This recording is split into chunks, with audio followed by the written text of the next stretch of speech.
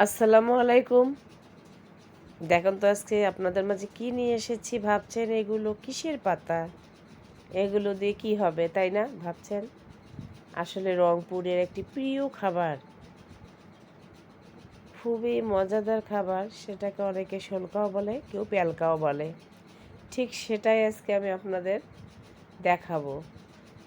খুব সুন্দর করে কুচি করে কেটে আমি রাইস কুকারে পরিমাণ মতো পানি, ছোটা রসুন, কাঁচামরিচ, পরিমাণ মতো লবণ দিয়ে আমি দিয়ে দিয়েছি। দেখতে পাচ্ছেন আমরা যেরকম কচু দিব ঠিক সেরকমই মরিচটা দিব। এখানে আমি খাওয়া সোডা ব্যবহার করেছি। দেখতে পাচ্ছেন রাইস কুকারের পানিটা ফুটন্ত নিয়ে নিয়েছিলাম, তাই খুব সহজ এবং অল্প সময়ে রান্নাটি সম্ভব হয়েছে। দেখতে পাচ্ছেন কত সবুজ কালার হয়েছে, এত অপূর্ব লাগছে দেখতে আর এত খেতে মজাদার। কখন যে এক গামলা ভাত খেয়ে ফেলবেও কেউ টেরই পাবে না, হাঁড়ির ভাত শেষ হয়ে যাবে। দেখতে পাচ্ছেন কত সুন্দর লাগছে। এদিকে আমি করেছি শুল্কার সঙ্গে শুটকি ভর্তা। ভাবাই যায় কতগুলো ভাত খাওয়া যাবে। আমি শুটকি ভর্তার সঙ্গে করেছি, আরও করেছি একটি মজাদার খাবার। বলেন তো দেখি কি করেছি? সবার প্রিয় চিংড়ি মাছের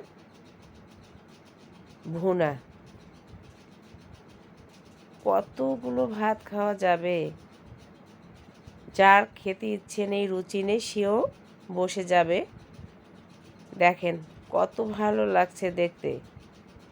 এভাবে একদিন বাসায় অবশ্যই বানাবেন। আর আমার ভিডিওটা যদি ভালো লেগে থাকে লাইক কমেন্ট শেয়ার করে সাবস্ক্রাইব করবেন, যাতে অন্যরা সহজভাবে এরকম মজাদার খাবার খেতে পারে এবং ঝটপট রান্না করতে পারে।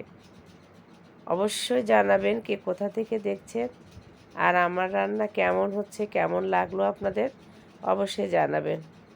একটু আমি ভুনাটাতে পানিও দিয়েছি যাতে একটু ঝোল ঝোল থাকে, খেতেও ভালো লাগবে।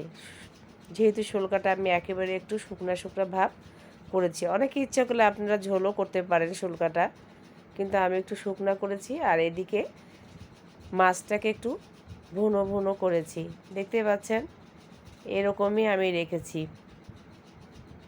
অবশ্যই বাসায় তৈরি করবেন, সবাইকে নিয়ে পরিবারের খুব মজা করে খাবেন। আশা করি সবার ভালো লাগবে, খেয়ে আনন্দ পাবেন। এতটুকুই। আল্লাহ হাফেজ।